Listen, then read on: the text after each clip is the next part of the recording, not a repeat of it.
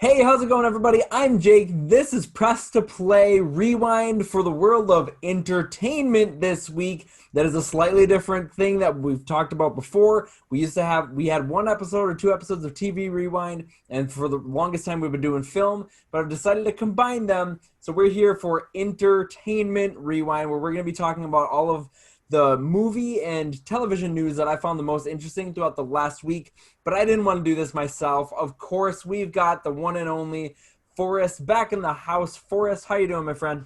I'm doing wonderful. It's a good week to talk about some stuff, so thank you again for having me. It's always a pleasure. So let's just jump right into it because we got a lot of stuff to talk about, and I'm going to preface this by saying this is all comic book news. It's all superhero stuff, but it's some pretty exciting and interesting things. So let's start out with the least exciting one, being Black Widow. Now, obviously, we all were looking forward to seeing Black Widow. People have been wanting to see a Black Widow movie for a long time. It was supposed to come out in May. You know, I did a trailer reaction for the final trailer back in late March, early April. Obviously, it didn't happen. It got pushed back. It got pushed to November. Well, this week we just got word that they are pushing it back again. Now, and they're delaying it this time much longer. This is going back 6-7 months or so to May. We're going into May 2021. So it's basically going to be a whole year after its original release date, which is pretty wild. Now, that's a bummer. I can't say I'm super shocked. You know, we saw Tenet get released, and it hasn't done amazing. You know, I mean, somebody had to be the first penguin in the water to jump in, try to reopen theaters with a new movie. New Mutants kind of fell flat on its face from everything I understand. Tenet is doing okay, but they're looking at potentially not even breaking even. And what can you really do? You know, the studios need to make money on these movies or they can't make these movies. So they got to do what they need to do, and I get it. But it is a bummer, but I'm not surprised. But this tells me a couple of things, Forrest. One, this means to me, because you'll remember when we first heard that Mulan was coming to Disney Plus for a premium fee, and we talked about, could this model work? Disney's trying new things. And if it does work, we both, I believe, said that we thought that they would do the same with Black Widow. Like if they could make at least breaking even, make a little bit of money, that they might do the same with Black Widow. This tells me that they are not happy with the way Mulan turned out. I don't trust it, I don't. And I mean, part of that is because not a lot of people wanted to see Mulan. There's boycotts for it. It wasn't a very good movie, in my opinion. There's some other elements there, but I think overall, the whole idea of home video just still doesn't make theater money. It never has. It probably never will. But I think that was just the final straw. They said, no, we have to push it because we have to make money on this. So that's kind of interesting. The second thing it tells me is I think more films are going to be leaving this year. Not just Disney stuff, but I think Bond is going to leave November. I think we're not going to get Wonder Woman 84 this year. I think Dune that we just talked about is probably going to get pushed into next year too. Yeah. Because, like I said, the studios, as much as it sucks, they have to make money on these. They have to pay the bills because they spent hundreds of millions of dollars on them. They have to make it back. So right now the environment is just it's not working out, and maybe things will change, but right now I'm expecting all of those things to move. Forrest, you hear all of this. Black Widow has gotten delayed. All of the other Marvel films obviously have gotten delayed because of that. What's your take on all of this? Yeah, it's definitely the money thing. They threw their cards on the table with Mulan, test the water, see how it works. Did not work for them at all. I think didn't they lose money on that overall? I mean, they could still come back. I don't know what I haven't seen the actual dollar amount that they've made on it. So I would think, I don't know if they made money back on it yet, and that just doesn't work for Disney. So it's definitely God, no. them pushing Black Widow back to next May for a theatrical release is them saying this isn't working. Not enough people care enough about this. They love the theater experience and they can't do that right now. So we'll just wait on that, it seems. But it's interesting how they push not just that movie, but most of the MCU timeline, like all the slots got adjusted. The interesting thing, though, that I saw about it was that I think Falcon and Winter Soldier was supposed to come out before Let's come out WandaVision, in which August. we'll talk about WandaVision a little bit here too. But Yes. um, yeah, so the fact that they've moved everything, but WandaVision is getting pushed up makes me think that Falcon Winter Soldier ties in a lot with Black Widow, because that should have come Mhm. out already, and everything else is being adjusted except for WandaVision. So it may tie in some way, maybe something further down the line, but I don't think it's as prominent. So it's kind of sad to see that these movies aren't doing well. I guess it's just not the time of year. And, things haven't gotten better to the point where people want to go see Yeah. movies. I haven't even gone to see a movie as much as I wanted to go see New Mutants. You Hmm. know, I heard about it in the first couple days and I was like, maybe I'll just wait on it. Makes me Yeah. sad, but yeah, I miss the theater experience, but if it's all these restrictions in place and you can only be there for this time, this many people in there at these times and wearing a mask the whole time and everything. You want to go to a movie to relax and forget about things, and you can't Hmm. right now. Yeah, and that's a great point. I didn't even think about that. I'm still at the point where I'm not sure if I feel super safe getting out in public just from my whole situation currently. I don't know Hmm. that I can get myself to do it. I considered it. I really did. But you bring up a really good point. I love the theater going experience, and everybody, like, it's just a shared experience and it's a fun thing and everybody gets Yep. together, and you're right, you forget about the problems. But going in and dealing with everything, as good as it is, obviously it's good. They're keeping us all safe. They're making sure everybody feels comfortable. But you're right. Maybe that does hamper the experience for people where, you every time you put your mask back on after a bite of popcorn, you're reminded that the world sucks right now. And there's just that's got to take away from the theater going experience a little bit. Yeah. Here's my big question here. They're moving things because they need to make money in theaters, right? Sure. Here's kind of the catch 22. I'm not sure that the theaters can stay open long enough to see this happen, because they barely held on this long. The almost AMC, the largest movie theater chain in the entire world, most successful, biggest bang for your buck, crazy huge company, got this damn close to going out of business. Yeah. And they made it in. They opened up. They're doing a slow rollout. They've got a couple of movies, in the form of New Mutants and Tenet, that were like big titles. They've got some really small ones that honestly nobody really knows about or cares about. Yeah. And they've been really riding on the fact that they've got legacy films, like they're showing the Star Wars films or Back to the Yep. Future or Indiana Jones or whatever. And that's Yep. fun. That's awesome. And that's a good thing to get people back in. But I don't think it's enough for people to keep going to the point Yeah. where the theaters are going to be able to keep the lights on till May, especially if these other big Right. films get pushed.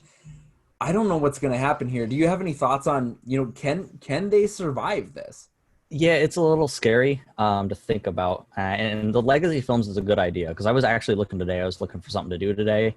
Ended up doing some other things, but I looked AMC to see what they had. They had Star Wars, Empire Strikes Back. They have Akira in 4K, and I'm Nice.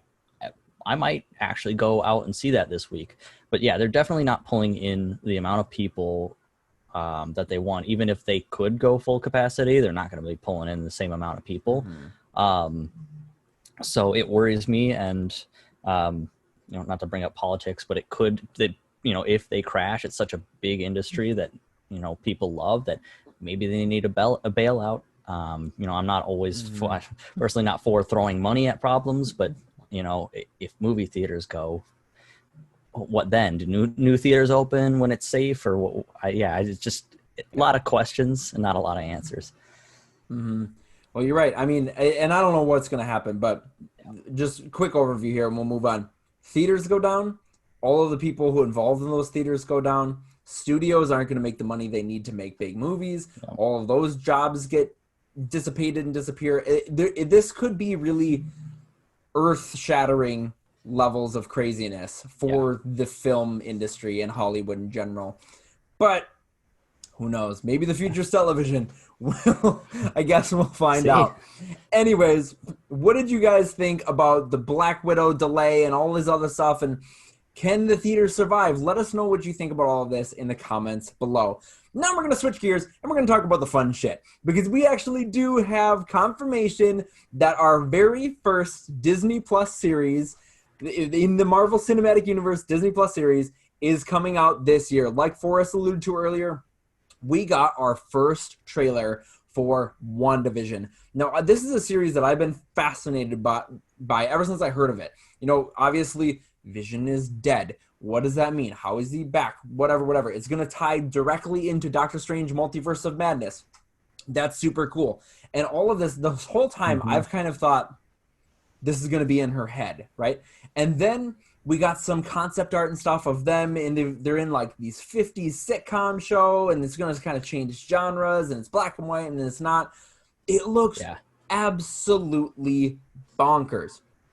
I sat down to watch this trailer, and I wish I could have done a reaction to it. I ended up seeing it at like 2 in the morning, right before I went to bed, and it started playing, and I'm like, oh God, okay, well now I can't not watch it. But sucks you in. I loved this trailer. It was exactly what I thought it was going to be. It was just extremely out there, super weird.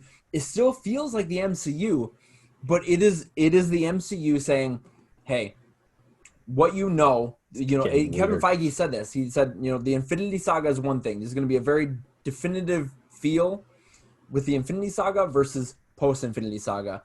And this showed that. Like, this was bonkers, weird, crazy. I don't know what's going on, but I absolutely loved it.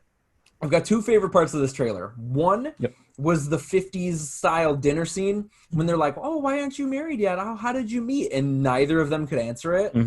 That was really, really cool, because that made me think it is in Wanda's head, or it's some reality that she's created. Very, very fascinating. And the other one that is sort of the same thing is when Vision wakes that chick up in the car and says, are you okay? And she goes, am I dead?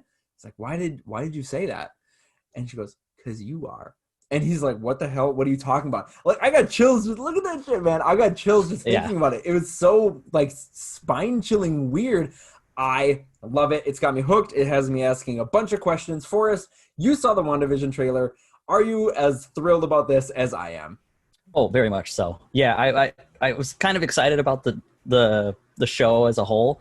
Wondering what they're going to do with it, because I know they said it was going to be kind of like a TV show, and you saw a little bit about it a while ago. This trailer piqued my interest beyond anything, and it could be lack of MCU content, or it could just be they've done a great job. Blessed Ian, Elizabeth Olsen as Wanda looks great. Yeah, they jumped through. I've watched a lot of like trailer breaks down. New Rockstars, great channel. If you ever get a chance, check them out. Both Jake and all you viewers out there. They do breakdowns of and find Easter eggs and throw out theories.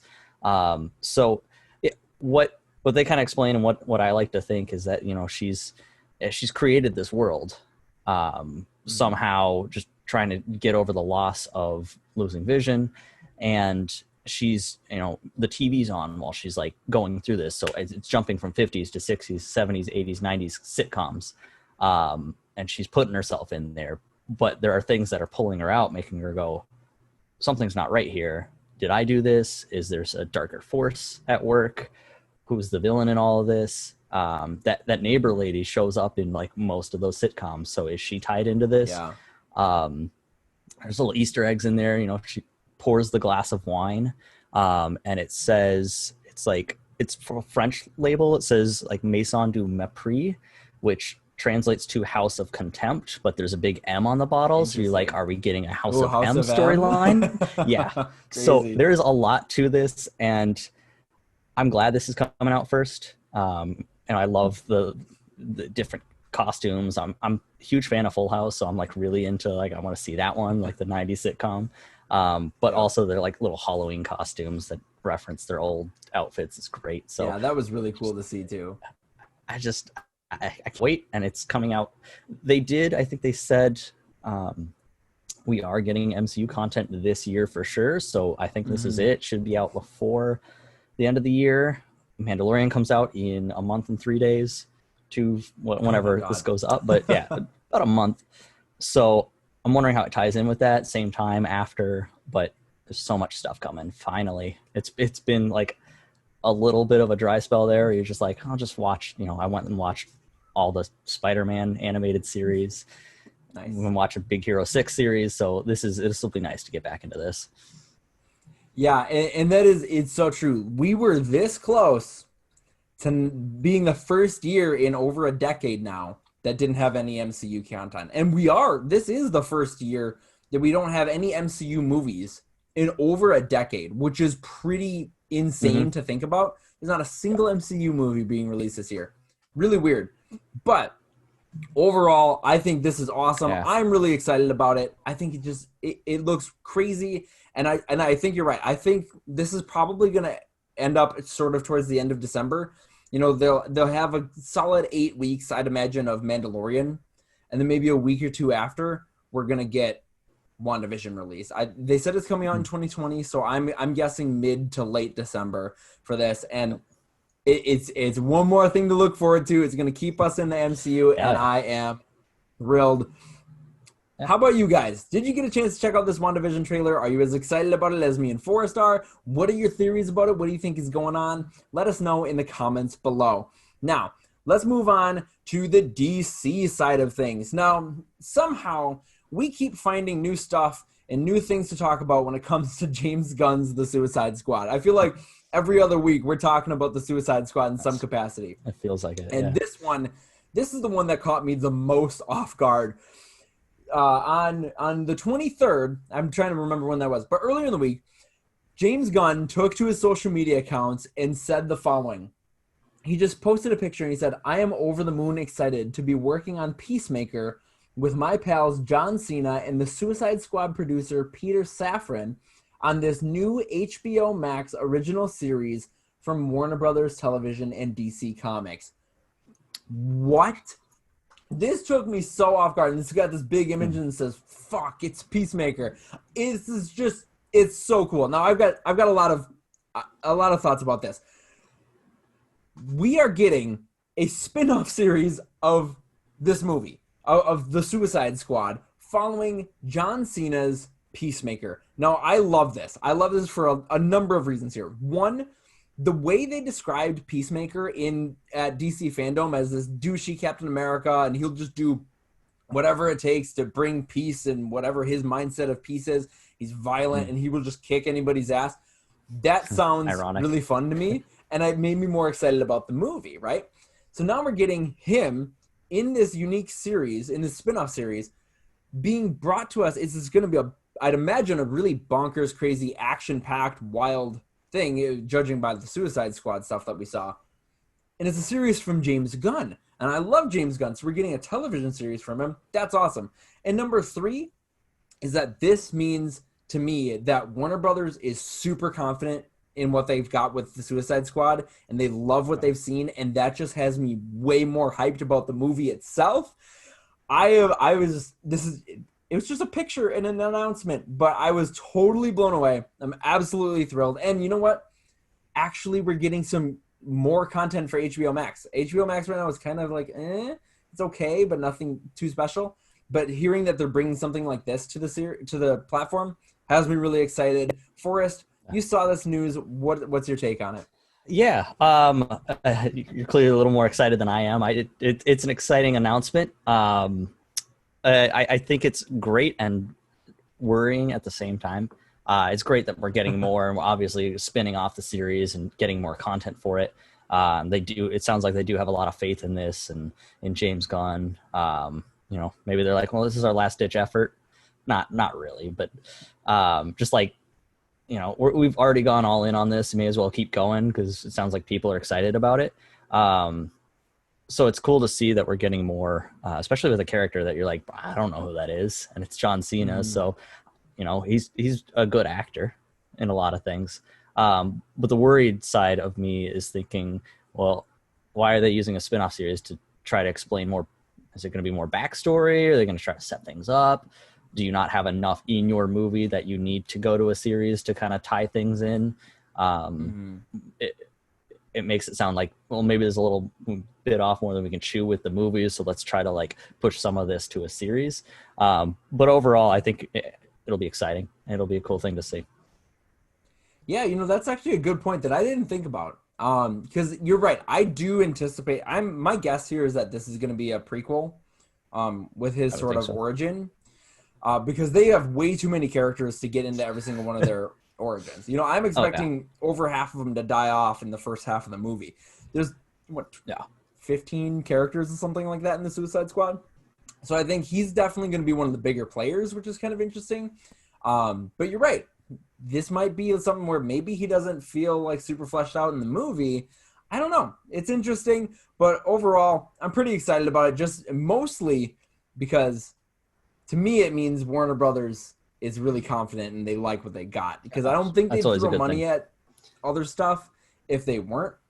But I guess we're gonna have to wait and find out. We'll get it all next year, hopefully. Yeah. Anyways, what do you guys think of this Peacemaker announcement? Do you have HBO Max? Are you excited that something else is coming to it? Are you excited about the Suicide Squad? Do you feel like me, where you're just like, oh my god, this must mean Suicide Squad's amazing? Or do you feel a little bit like Forrest, where just excited, but there is a little bit of concern there? Maybe the story isn't super fleshed out and they're trying to wrap it up somehow. Let us know all of that in the comments below. Now, on to our final story for the day. And this one, we're going back to the Marvel Cinematic Universe for just a Hopping moment around. here, because this came out of nowhere. I think it was yesterday or the day before, very recently. Yeah. Variety broke a huge story that nobody knew about in advance of this. They wrote, where did it go? They wrote, Samuel L. Jackson is set to reprise the role of Nick Fury in the new Marvel series currently in development at Disney Plus. Variety has learned from their exclusive sources. Now, coming from Variety, that means that this is legit. They don't post this BS crazy rumor stuff. This is happening, and They this have the is photo just shoots. Yeah. so cool to me, because I never expected Nick Fury would get his own anything. He's always been sort of that side character, connective tissue that everybody really likes. But he's the connective Mm-hmm. tissue that constantly keeps it weaving back together. When you're watching a solo movie, then you see Nick Fury and you're like, oh, right, this is connected to everything because he's at the center of it all, right? So I never really expected him to get his own series. But then I started thinking, what could this be? Because they don't have any plot details or anything like that right now. They're just saying this is happening.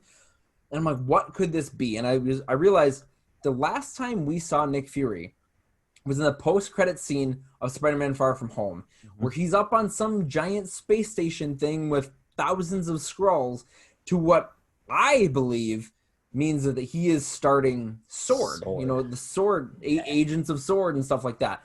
And I'm wondering if this series is going to be used to sort of flesh out that concept and introduce Sword to the MCU and like kind of describe what that is and what that means. I don't know, because beyond Kind that, of I hope. don't know what it could be other than him just going on an adventure of some kind. But I don't know. Overall, I think it's pretty cool that Nick Fury's getting his own series. I think it's cool that Sam Jackson is willing to jump on and do a television show. He loves the Nick Fury character, clearly. Forrest, what are your thoughts about Nick Fury being announced as a Disney Plus series?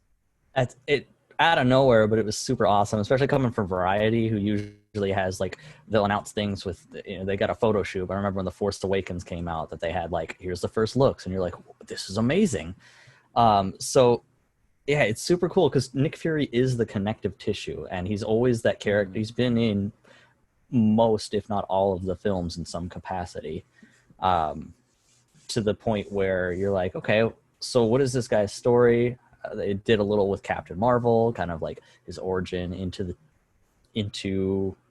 being in charge of Shield. Mm-hmm. I think they are going the Sword route, but I'm wondering how the series is going to play out. Is it going to be pre MCU? Is it going to have flashbacks? Is it going to be during? Is it after? I think it would be a great place to introduce Sword and kind of expand on that, especially with last time you saw him was Far From Home, and you look and you go, okay, well, if he's here and the Skrulls were being him, how long has this been going on? And I think that's going to be a main point of this, and I think it's going to tie into more other planets. I think it's a great thing for the MCU and great for Disney Plus owners or subscribers that you get to you have more down the line. Yeah.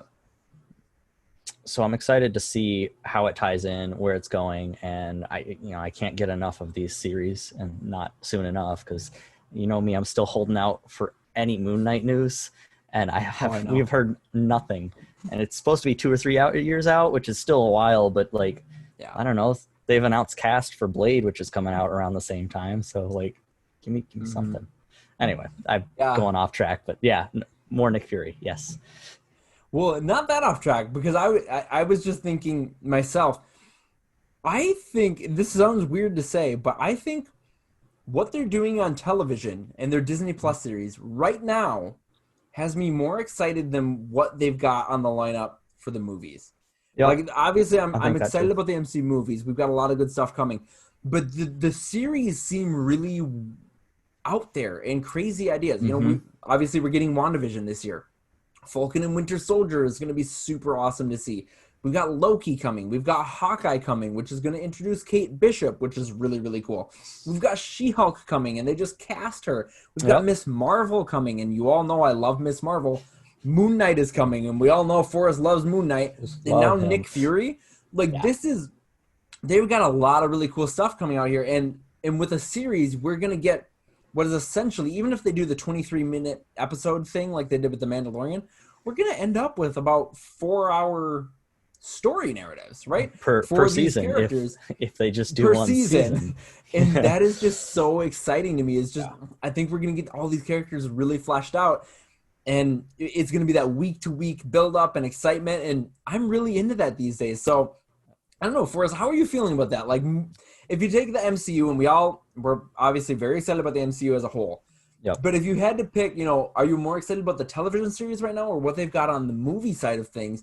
What are you feeling about that? I'm definitely on the TV side, because I've seen the lineup for the movies. I think we're getting 3 next year, which is Black Widow, Shang-Chi, and the Eternals, which each of those, it's one of those that you're like, I'm going to watch it. It's part of the MCU, but I'm not like as excited for it as I was like, I don't know, Ant-Man, where you're like, this is weird. I'll go watch it, and you love it. So I'm definitely on the TV side of things. And it sounds like you said, Infinity War was one thing. This is a whole new thing, and we don't know where it's going or what it's doing yet.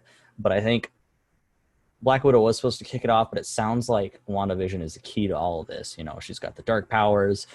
We've got Blade coming. We've got Moon Knight. They both fight supernatural creatures. I'm just wondering how Nick Fury ties into this. I'm super excited to have Disney Plus. I'm going to continue my subscription to get all of this. But what they've shown for the movies, there's a handful that I'm really excited to see, and the rest are just kind of like, I'll go see them because I like the storyline. Yeah.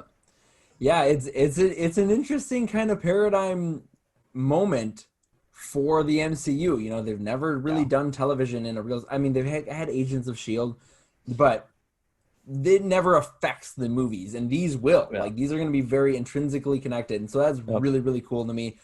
What do you guys think about, the announcement of Nick Fury coming to Disney Plus? What do you think about all these other series coming? How about you? Are you more excited about what they've got on the television side?